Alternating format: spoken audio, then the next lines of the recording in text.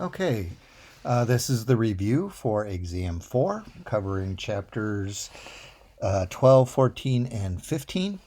And that will be on Monday, November 21st. I will be in my office hours the hour before and can be reached there. I want to remind you, same study tips as always. Always, it's spend lots of time. There's lots of new things here, and if you want to remember it, it's really important to go over it multiple times. Repetition, and it's easier to learn things the more active you are. So if you're writing notes, writing review sheets, um, quizzing with a partner, or being quizzed by a partner, those are better than just reading or highlighting. And then do things in small chunks, 10, 15-minute chunks with little breaks. That's the way you get prepared. And so I got a picture of the Boy Scout book there because the motto is be prepared. Um, at this point, you should be looking over chapter summaries, any notes that you may have taken. Chapter quizzes would be good, looking over vocabulary words from each chapter. Um, this is some hard stuff, brand new, and so give it the time it deserves. We're going into molecular biology here, um, and so that's really some difficult things. It's not stuff that you hear every day. So chapter 12, those were Mendel's inheritance. That talked about simple Mendelian inheritance, and then a little more complex. Then chapter 14, we went over DNA structure and DNA replication. And then chapter 15 is really from genes to protein. So transcription, translation, and kind of hidden throughout there is the topic of mutation. And so those are the big topics there. Um, and so inheritance, the chapter 12 is on inheritance. We had some general ideas about inheritance, but it wasn't until Mendel that we dispelled some incorrect ideas. And really, Mendel's work really leans on things that they had learned in agriculture through the first agricultural revolution that happened from about 1600 till the 1850s or more. Our inheritance was that ideas on inheritance were that offspring generally resemble parents, but it's hard to predict. Some traits can appear and disappear kind of without warning. So they may skip a generation and clearly were carried by people that didn't show those traits. The ideas that biologists had were mostly about blending, which really didn't work. Mendel applied some of the ideas from agriculture. In particular, he knew about true breeding varieties and hybrids, and he used an experimental approach where he did something called a test cross and then kept track of things. And so he used true breeding strains and monitored single traits. And when he did this, he was able to say, okay, for any trait, there are inherited factors that differ. We now call these alleles, and these alleles remain discrete or particulate over the generations. Some alleles are expressed whenever they're present. We call them dominant. Some alleles can be hidden if there's only one present. We call those alleles recessive. And so he crossed true breeding varieties, and then he allowed to produce hybrid offspring, which here are the F1. Dominant traits hid recessive traits then. He allowed these to self-fertilize, and he got this consistent ratio of 3 that had the dominant phenotype with 1 that had the recessive. Okay, this recessive individual was true breeding. One of these offspring was also true breeding, but the others were not true breeding, but they would give ratios. If they were allowed to self-fertilize, they would give these 3-to-1 ratios. And so from this, he concluded that individuals had 2 genetic factors for each trait. Those factors could be different or the same. If they were always expressed, they were dominant. If they could be hidden, they were recessive. He also made a distinction between the physical characteristics or phenotype and the inherited traits, which he called genotype, and that genotypes could have hidden factors. And so Mendel's advances is based squarely on an agricultural approach where we control the breeding of the organisms. And he used plant selection and following specific traits to demonstrate his ideas on inheritance. And this wasn't luck. He knew about this because he was familiar with plant breeding, plant fertilization, and plant life cycles. And he carried this not just for flower color, but for other traits as well. So he had two great laws, the laws of segregation and the laws of independent assortment. Segregation was that individuals have two factors for each trait, but only one factor is passed down in a gamete, and which factor a gamete gets is completely random. And his idea of independent assortment was that one trait doesn't fit another, and this is true for in some cases. So he said that this is his five things that he put down. Alleles are discrete, things like that. Okay, so that his patterns of inheritance work very well for things controlled by single genes. Not everything is controlled by single genetic factors. Some genetic traits like height or weight for a person is controlled by multiple factors in the environment. Some factors are linked, so that some factors are linked to sex and so are not inherited independently. And not all genes are just recessive or dominant. Some genes do produce, there are intermediate characteristics at some time. Okay, then chapter 13 was dealing with the molecular biology, and we talked about the evidence linking DNA to heredity. And these were gradually we could identify Mendel's inherited genetic factors as DNA. And so we used bacterial transformation and particularly viruses where we could label either the protein portion as radioactive or we could label the phosphorus. And that showed that it was DNA that could transfer the genetic traits. And then this lady here, Rosalind Franklin, took X-ray pictures that showed the DNA helix or DNA molecule was a double helix with a sugar phosphate backbone and then held together by pairs of bases. And these bases are complementary, where guanine is linked to cytosine and adenine is always linked to thymine. And that these linkages are due to hydrogen bonds, and so they are temporary. They can be pulled apart and put back together. So you have these two chains with complementary sequences, and that immediately suggested how DNA could be copied. Okay, that the DNA helix could be pulled apart by enzymes, and once it's pulled apart, another enzyme could add complementary strands, and those complementary bases, and those complementary bases would form new strands that were attached to an old template. The main enzyme here is in DNA polymerase, but the actual process involves many enzymes. And it's mostly the same in prokaryotes and eukaryotes. It's the same polymerase, the same enzymes needed to separate it, the same enzymes needed to put in primers and then remove primers. And so really quite similar. Clearly, eukaryotes are modified prokaryotes.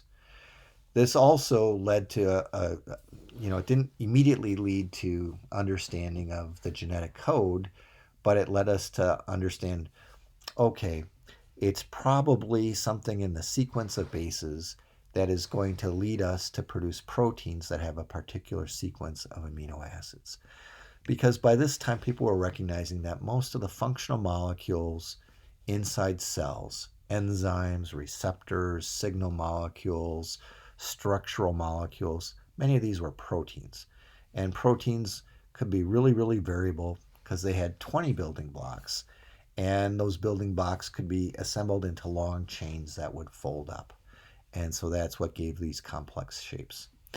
And so um, even before the experimental evidence was fully in, the suggestion was that DNA is used to make proteins, and that there's an intermediate step where DNA is used to make RNA, and that RNA carries the information as a message to where it's made into a protein. And so over time, we realized that that was correct. It was the same in all cells. Whoops, let me go back. And then involved two steps: transcription, where an enzyme, RNA polymerase, makes a messenger RNA from a DNA template. And then the second step, where ribosomes and transfer RNAs are used to make protein from that RNA template. Okay, so this took a while, but gradually we found that prokaryotes did this, and the enzyme that did this was RNA polymerase. That RNA polymerase sat down on DNA wherever there was a promoter sequence, that TATA sequence, and a particular part of the RNA polymerase, the sigma factor, recognized that. And then RNA polymerase opens the DNA strand to make a transcription bubble where it adds complementary bases to the DNA strand at that point. Okay, and then it'll stop at a termination sequence. Okay, in eukaryotes, basically the same enzyme does the job. Same steps involving a promoter. The RNA polymerase is just larger, has more factors that are needed, and then it's the RNA has to be processed. We add a cap and a tail. We cut out some regions and splice other regions together. Okay, and so that's basically the same process, just a little more complex. So eukaryotes can make more proteins from a similar stretch of DNA, and they can be more precise about what's going to happen to the protein.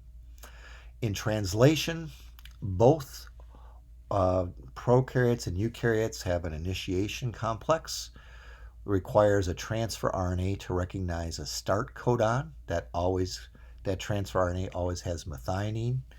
And when that happens, then the messenger RNA strand has the ribosomes assemble, first the small subunit and then the large. And then we're ready to go. We do elongation, where second transfer RNA brings in reads the second codon on the messenger RNA with its anticodon and brings the correct amino acid. Then the ribosome transfers the amino acid from the first site onto the second site, and it shifts, and that will eject the empty transfer RNA and allow a new transfer RNA to come into the third codon. And so this shifting will then eventually get to a termination sequence or a stop codon, where instead of having a codon bring in an amino acid, the codon is recognized by a release factor, and the release factor has no amino acids, and the whole thing disassembles, releasing the polypeptide. One of the key structures in here is the ribosomes. Okay, and that's why we spend so much time talking about ribosomes, because all cells have them. In all cells, they assemble with a small and a large subunit. There's lots of these per cell. They have this strong enzymatic activity. We characterize them by this S, which is related to their size, but it's not an exact molecular size. It was due to sedimentation. The ribosome contains both RNA and protein, and these RNA segments are useful because cells don't transfer them, and they have these conserved regions that allow us to find them, and then they have variable regions that allow us to identify sources or sequences that are specific to each species. Okay. The other key aspect in here are the transfer RNAs. These transfer RNAs, there's 20 different ones of them. They carry amino acids to the ribosome, and each one carries a different type of amino acid. And then they also contain this anti-codon loop, which allows them to recognize the messenger RNA codons. And so that's at the end on the lower right. It's really the anti-codon loops that read the genetic code. And so the codon is the sequence on the messenger RNA. The anticodon are the sequences on the transfer RNAs. It's also the same sequence that's on the DNA that was the template. And it's the transfer RNAs that bring the right amino acids that are actually reading the code. And these final product are the proteins that are the inherited traits that Mendel talked about. Okay, and this is also kind of tells us how we get new sequences, because any change that happens in the genetic code can lead to a change in what protein is made, or if a protein's made. And so it might lead to a change in a single protein, or it might lead to a change where there is no protein at all. And so here we have a change in the protein sequence due to a change in a single base pair. Okay, sometimes those changes of a single base pair will lead to a stop codon, and so the protein isn't made. And so we have different types of mutations, and so that's important to recognize. And so this mechanism not only explained existing traits, but also that new traits can evolve and new traits can appear over time. All right, so I want to shift now and talk about the essay questions. So with the essay questions, it's really important to answer them thoroughly and then support your answers with specific examples and evidence. Okay, and so the first question, how did Mendel solve the riddle of inheritance? Describe his experiments and his conclusions. Was there anything left to discover after Mendel finished his work? Okay, so how did he solve this? Well, Mendel, using his knowledge based on agriculture and that domestic plants and animals could be improved through selective breeding by looking for traits that were advantageous to the farmer and then having those animals or plants breed.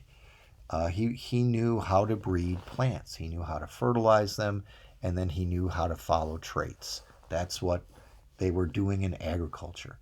And so his really whole approach, the idea of this test cross, using true breeding strains and producing hybrids, that is an agricultural approach. And keeping track of the offspring very precisely so that he could produce ratios, and then using those ratios think about what was happening within the organism. So the flower experiment, he used true breeding purple flowers, he crossed them with true breeding white flowers. All the offspring were purple. Okay, this depended upon him being able to control fertilization and then to count offspring. He then allowed them to self-fertilize and got his ratio, his 3-to-1 ratio. So that his main conclusion was that traits did not blend, they were separate, and individuals had 2 factors for each trait. Some could be hidden, some were always expressed. Okay, so this explained the inheritance of very simple traits. Okay, it didn't explain everything, but it clearly explained some things that were a mystery. The hidden trait factor. What was the contribution of each parent? More complex traits like hemophilia could be linked to sex. They were inherited in different patterns. The ratios were skewed by sex. There was lots to work on. Some traits like height and weight of people are affected by multiple things and the environment. So there was lots to do, but simple inheritance was Mendel's contribution. Okay, the second, describe the structure and function of DNA molecules. What are the building blocks of DNA? How are they organized into a large molecule? Why did Watson and Crick immediately suggest a copying mechanism when they announced their model of DNA structure? Okay, so this is partly from the movie and lecture more than from the textbook, although the textbook can help you with structure. DNA is a large polymer of nucleotides. Each nucleotide contains a sugar, a phosphate, and a base. Okay, and DNA contains many, many thousands of nucleotides. They are assembled so that sugars and phosphates form a backbone on either side of the molecule, and then these sugar phosphate backbones are held together by bonds between bases. These bases are adenine and thymine, cytosine and guanine. And the bases, these holding them together are hydrogen bonds, weak bonds that can be pulled apart. And because the bases are complementary, and if you know the sequence of one strand, you know the sequence of the other strand. And so it was really easy to see how the genetic information could be accurately copied by pulling the two strands apart at the base pairs. You didn't lose any information, and you could easily assemble a new strand. And so that's why they suggested it. And that's kind of solved one of the mysteries. How can this molecule be copied so exactly from generation to generation? Um, so that was partly just suggested by how the kind of people thinking about how can all this information be accurately copied. Okay. Then the third question, describe the process of translation. What molecules are needed to make a protein from transcribed messenger RNA? Explain the function of each molecule and the steps of translation. Why is the production of proteins important? Well, proteins are the inherited traits, okay? There are things like pigments, like in flower color, eye color, hair color. There are things like enzymes that are needed to do chemical reactions or structural molecules. They're the inherited traits. Translation takes a sequence of bases on a messenger RNA and converts it to a sequence of amino acids in a protein. Okay, 3 bases on the messenger RNA specifies an amino acid on the protein. Okay, to get to that, the messenger RNA requires a ribosome to be assembled and transfer RNAs to bring the correct amino acid. There are 20 transfer RNAs that each have a different type of anticodon that will bind to specific codons, and each brings its own amino acid. The ribosome's job is to bind the amino acids together. And so the process starts when the initiator, a tRNA that has a methionine amino acid, recognizes the start codon AUG. That causes the ribosome to assemble, and then it's clamped onto the messenger RNA, and it has a spot where a second transfer RNA can recognize the second codon and bring the right amino acid. And then it's the ribosome that links them, that binds the 2 amino acids together and separates the first amino acid from its tRNA. When that happens, the ribosome shifts and the process repeats. A new transfer RNA will read the third codon, and so on and so forth, until you finally get to a stop codon. At a stop codon, a termination factor recognizes that codon. It doesn't bring an amino acid, but it causes the ribosome to add a water molecule to the one end of the protein, and then it causes the release of the protein and of the messenger RNA and tRNAs. Okay, so again, Monday, November 21st, we'll have our exam. I'll be in my office the hour before if you have any questions. I'm in 119 in the science building, and you can come by and ask the question. Otherwise, I'll be checking my emails. All right, we'll stop right there.